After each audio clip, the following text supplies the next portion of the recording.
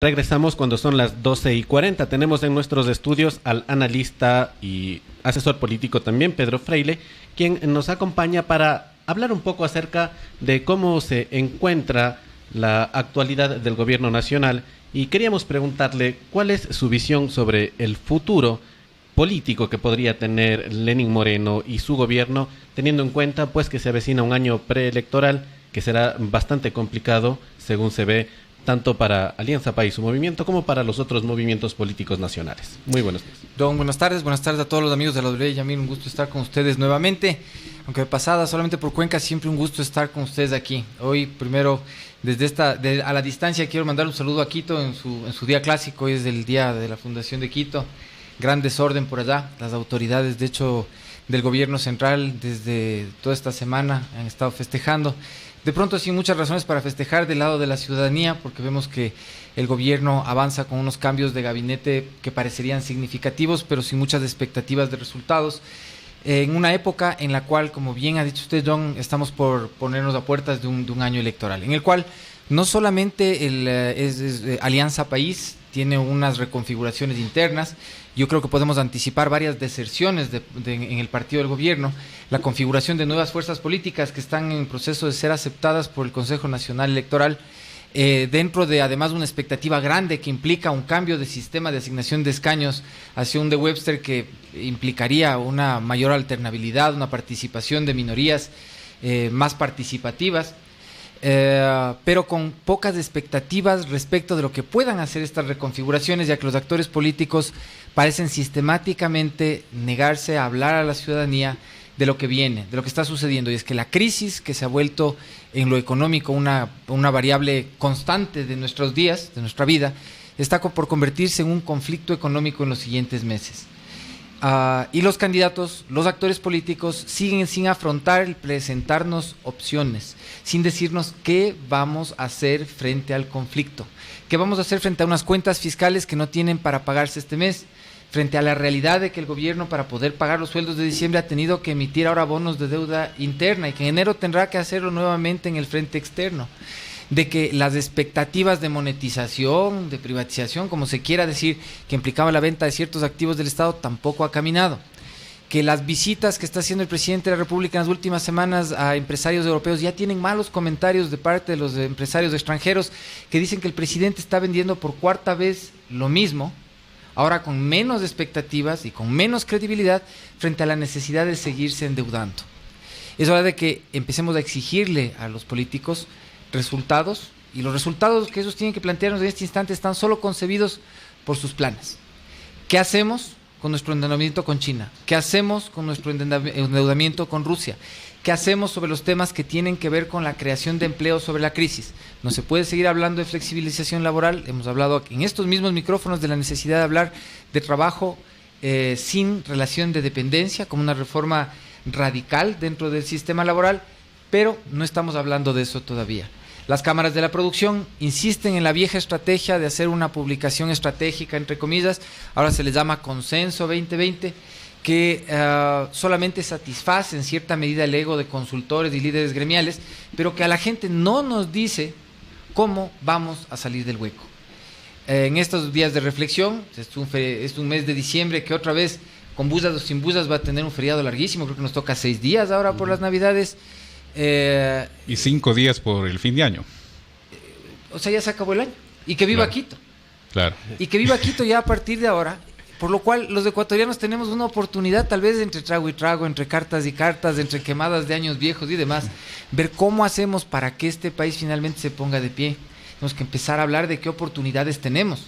Tenemos que pedirle al gobierno, a los señores asambleístas, que no solo analicen lo que dice el gobierno, sino que nos den opciones, que desregulen cierto tipo de negocios, que bajen cierto tipo de impuestos por iniciativa propia de ellos. ¿Qué vamos a hacer con la migración que va a venir de la Argentina?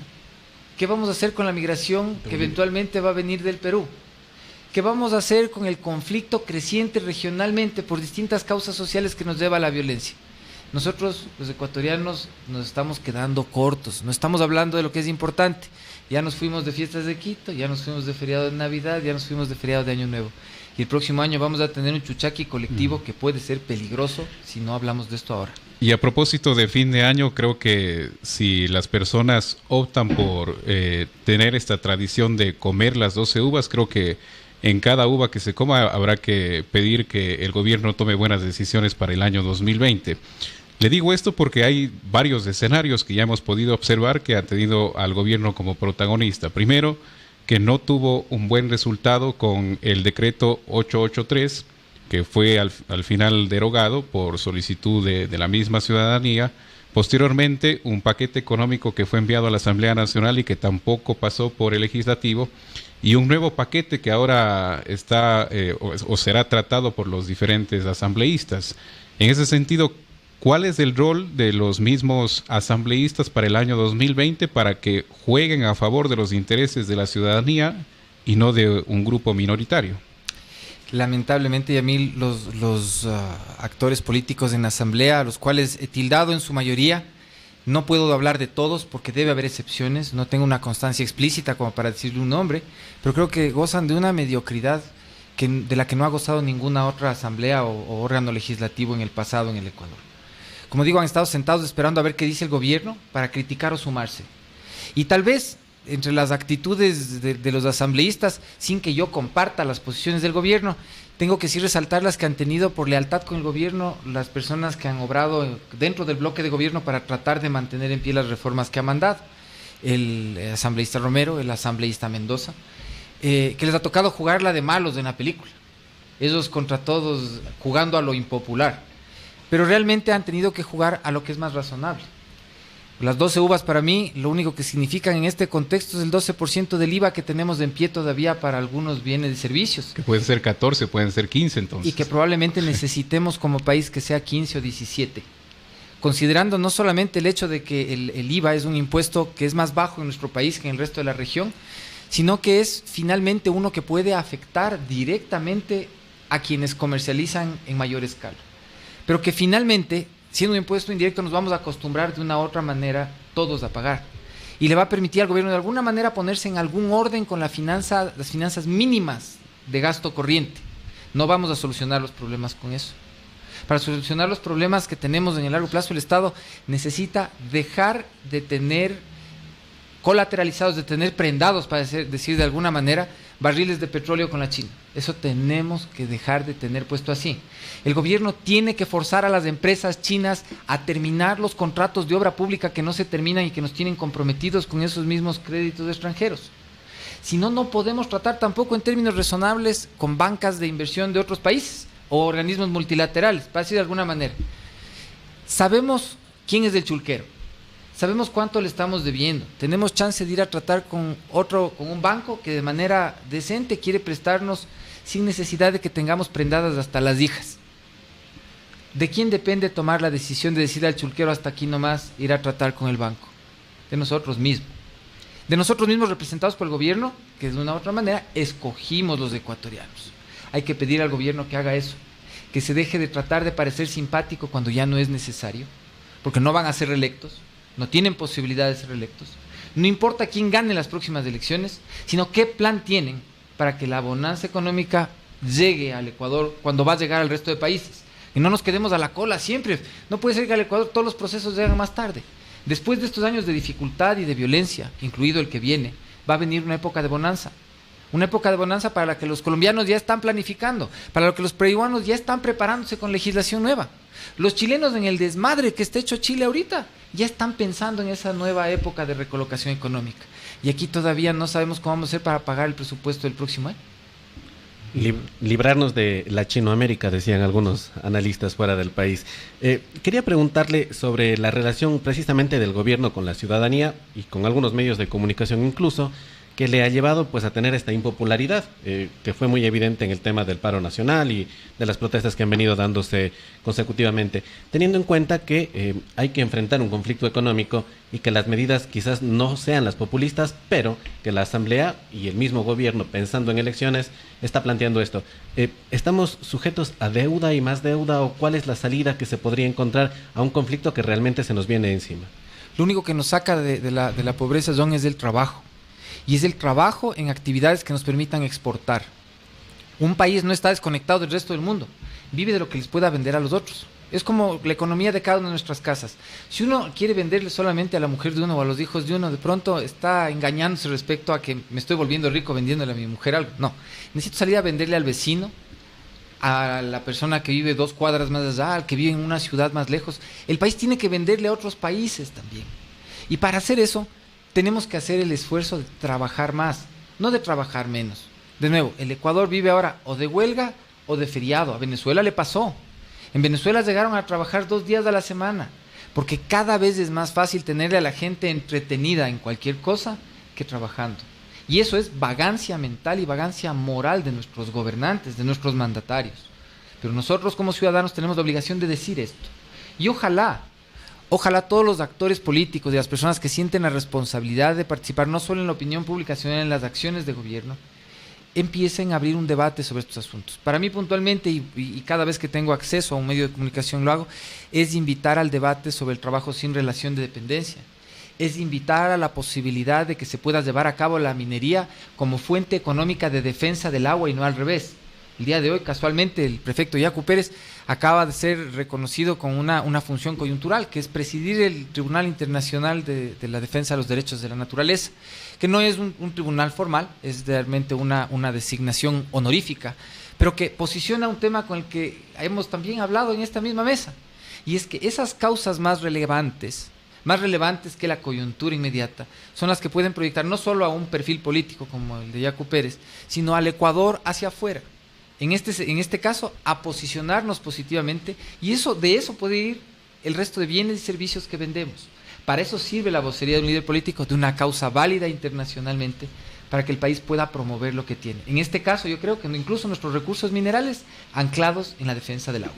Yo ponía un ejemplo el otro día en otro medio de comunicación, y es el de Canadá. El Canadá es un país que tiene 2 millones de lagos. Allá sí que hay agua dulce. Nosotros tenemos bastante en nuestros páramos y demás, pero allá hay 2 millones de lagos.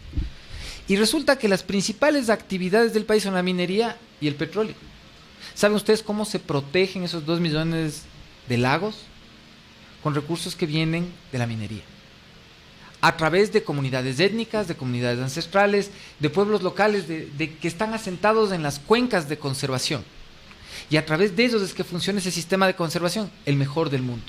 En nuestro país es muy difícil, todavía, que la lucha de la conservación del agua vaya de mano con la minería formal, simplemente porque la minería informal es todavía más fuerte, porque el narcotráfico es todavía más fuerte que las fuerzas del orden, porque todavía las actividades ilegales e informales que rompen la institucionalidad son más rentables que las actividades formales, porque tenernos vagueando, entretenidos en los feriados y en las huelgas, es negocio para alguien más, que se enriquece de que estemos pobres.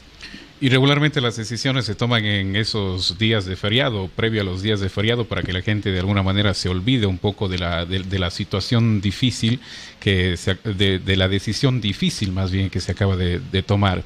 En ese sentido, ¿qué nos queda para el próximo 2021? ¿Usted considera que es necesario una salida por la izquierda, tomando en consideración este gobierno que su título, su bandera ha sido de izquierda, o nos conviene irnos por la derecha, considerando también los nombres que se han ventilado en estos últimos días para las próximas elecciones con esa tendencia política? Verá, con el corazón puesto en el coraje que tuvo Churchill para sacar adelante a Inglaterra en la Segunda Guerra, le contesto como hubiera dicho el Chairman Mao: no importa de qué color sea el gato, sino que cace ratones. Si es de izquierda o derecha el gobierno que tengamos, no importa, tanto y en cuanto nos garantice que las instituciones pueden respetarse, que el valor de las personas se respeta por ser personas, no por sus preferencias, sus tendencias o sus colores, y que el trabajo para los ecuatorianos es algo que está garantizado afuera porque queremos ir a conseguirlo, no porque nadie nos lo regala. Hablamos con Pedro Freile, quien es analista político, cuando son las 12:55. Fuera de micrófonos nos comentaba él que también es un asiduo jugador de 40. Y queríamos preguntarle si es que no existe la posibilidad de que entre feriados y huelgas de este fin de año nos hagan la caída y limpia. Bueno, yo diría que si los ecuatorianos no nos ponemos pilas, nos caen 2 por chunchos seguido, una tras de otra.